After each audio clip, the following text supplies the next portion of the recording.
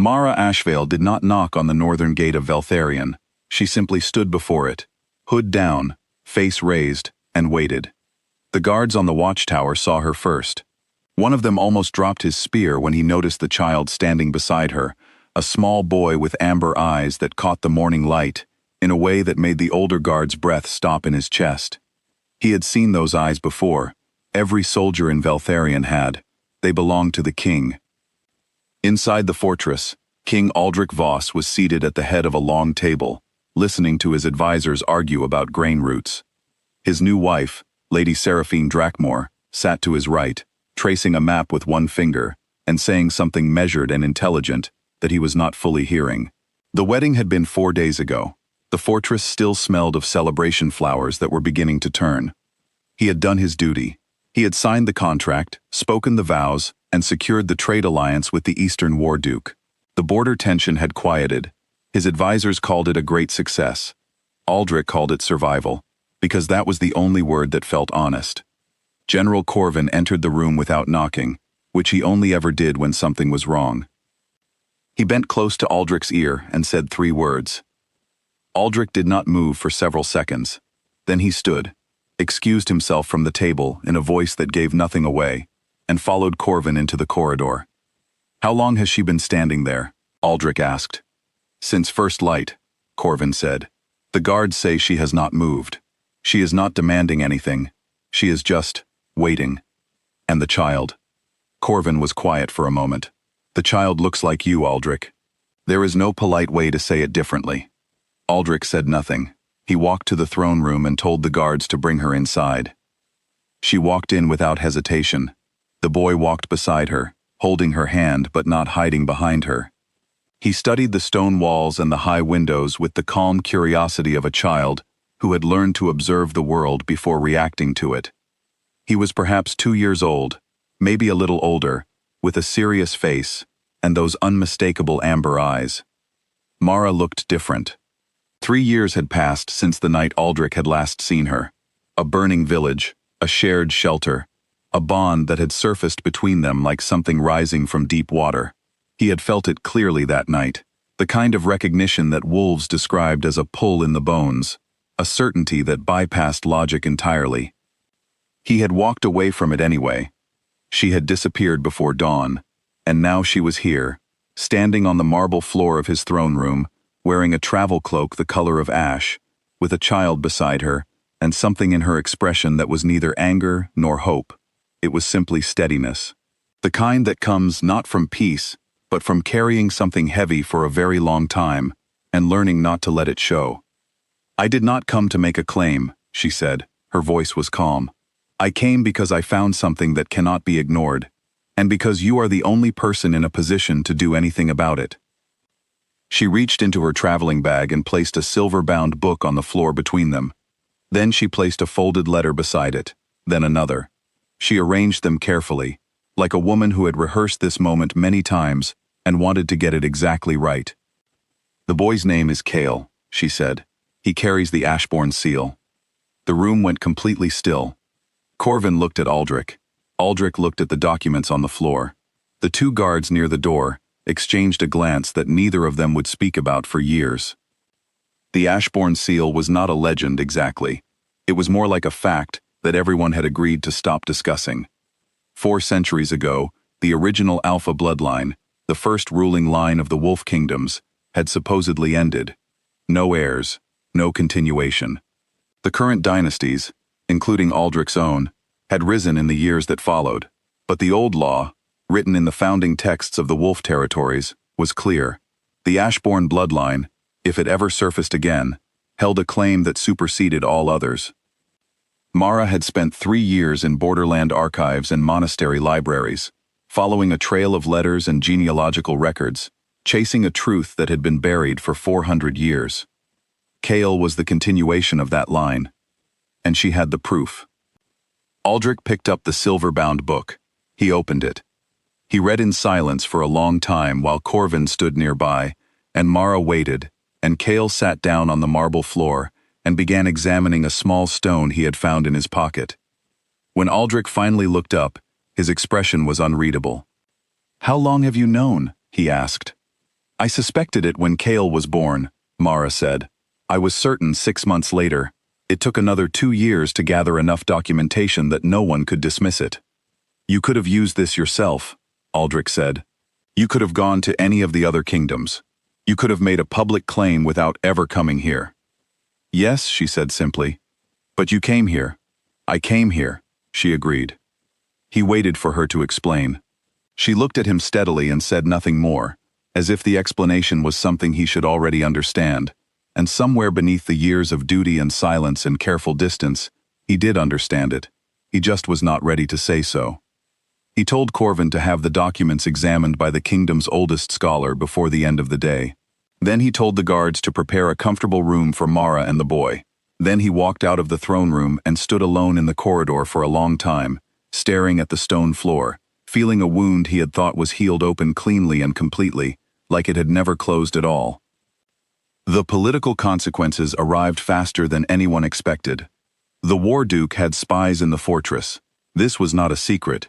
Everyone knew, and no one spoke of it directly. By nightfall, he had received a report about Mara and the documents. By midnight, riders were moving east toward his allied territories. If the Ashbourne claim was legitimized, the marriage alliance meant nothing. The War Duke's influence over Veltharion collapsed entirely. He had given his daughter to a king in exchange for power, and power was now walking out of the room. Lady Seraphine was informed by her own sources before Aldrich told her himself, which said something about the speed of palace information and also something about Seraphine's character, that she had built her own network rather than relying on her husband's. She requested a private meeting with Mara. Aldrich was not invited. He was not certain whether to be concerned or relieved, and he settled for sitting in his study staring at reports he was not reading until Corvin came to tell him that the meeting had ended. How did it go? Aldrich asked. I was not inside the room, Corvin said. But Seraphine came out and said that Mara was not your enemy, and that you were being foolish in the particular way that powerful men always are. Corvin paused. Those were her exact words. Aldrich considered that for a moment. She is not wrong, he said. No, Corvin agreed. She is rarely wrong about anything. It is honestly a little inconvenient.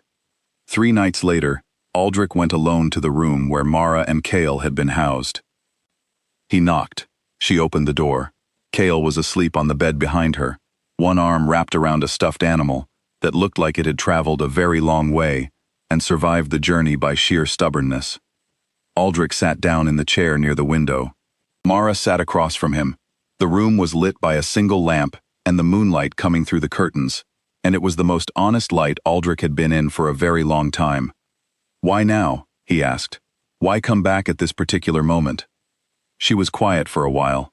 Outside, the wind moved through the fortress courtyard, and something, a branch, a shutter, tapped softly against stone in a steady, patient rhythm. Because I am running out of time, she said. He looked at her. I am ill, she said. There is no name for it that the healers I have found could agree on. It started after Kale was born. It has been getting worse slowly. I have perhaps a few more months, if I am careful. The lamp flickered. The room stayed very still. I needed to finish the research before I could no longer finish anything, she continued. Her voice did not shake.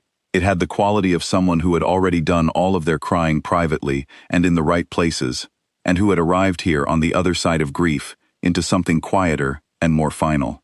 I needed Kale to be somewhere safe, documented, protected by someone who would not hurt him. She looked at Aldrich directly. Whatever else you are not cruel. I have always known that. It is the one thing I was always certain of. Aldrich did not speak for a long time. When he did, his voice was low. Does he know you are ill? Yes, she said. Children know more than we think, I told him in simple words. He asked me if the stars stay in the sky after the sun comes up, and I told him yes, they are always there, just harder to see. He seemed satisfied with that. She paused. He is a very reasonable person for someone his age. Aldrich looked at the boy asleep on the bed, at the serious little face and the amber eyes closed in peaceful, trusting sleep, at the stuffed animal gripped in one small fist. He felt something move in his chest that had no name and did not need one. The days that followed were loud with politics and quiet with something else entirely. Corvin worked methodically to have the documents authenticated before the War Duke could find a way to interfere with the process. 2 scholars confirmed the Ashbourne seal's legitimacy independently. A third was brought in from a neutral territory and confirmed it again. The War Duke made his move on the 8th night. 300 Eastern soldiers arrived at the fortress gates under cover of darkness. It was not subtle, and it was not successful. Corvin had anticipated it and positioned his forces accordingly. The assault was stopped at the gates with no lives lost inside the fortress, though several Eastern soldiers were captured and the rest retreated. The War Duke's gamble had failed.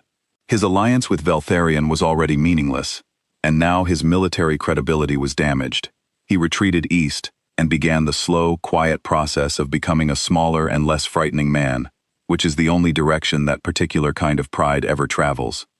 Through all of it, Mara spent her mornings in the Eastern Garden. She moved more slowly now than she had when she first arrived. She sat on the stone bench beneath the oldest tree and taught Chaol the names of plants in both common language and the old borderland tongue. She showed him how to read the wind before a storm by watching the way the leaves turned.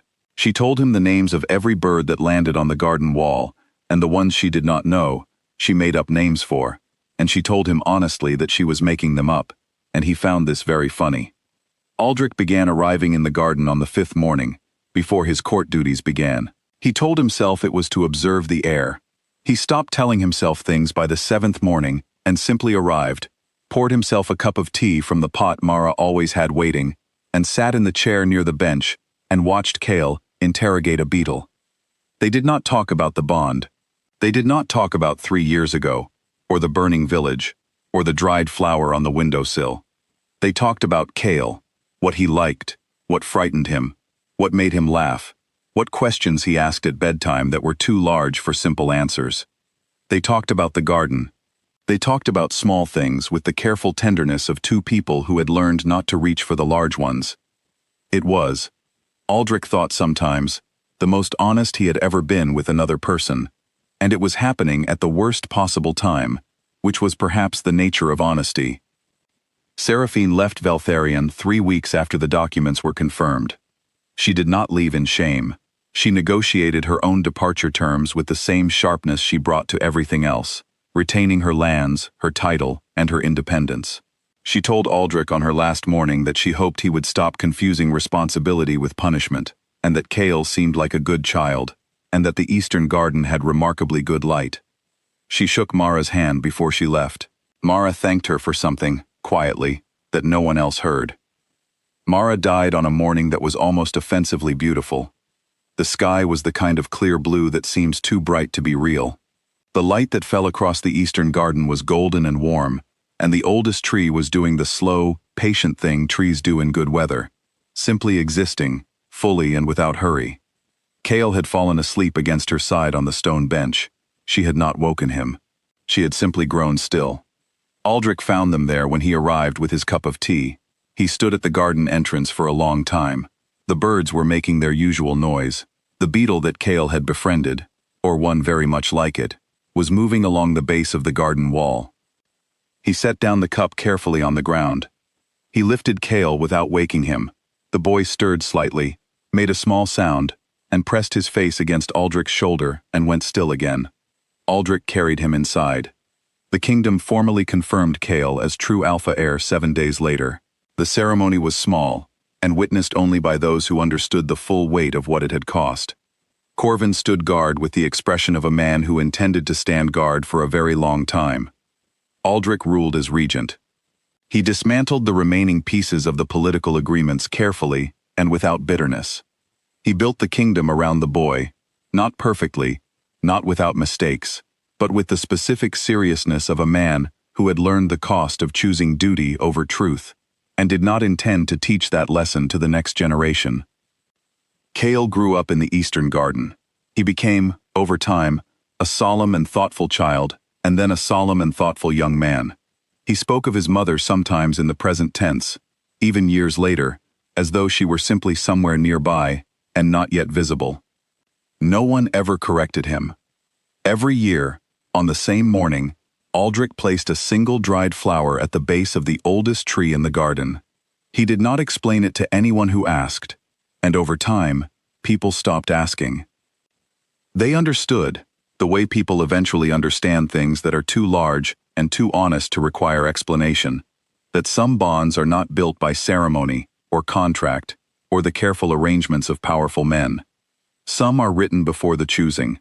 Some cost everything, and some leave behind, in the quiet of a garden on a golden morning, something that cannot be measured or named, but that the people who carry it forward will feel for the rest of their lives, like warmth from a sun that has already set.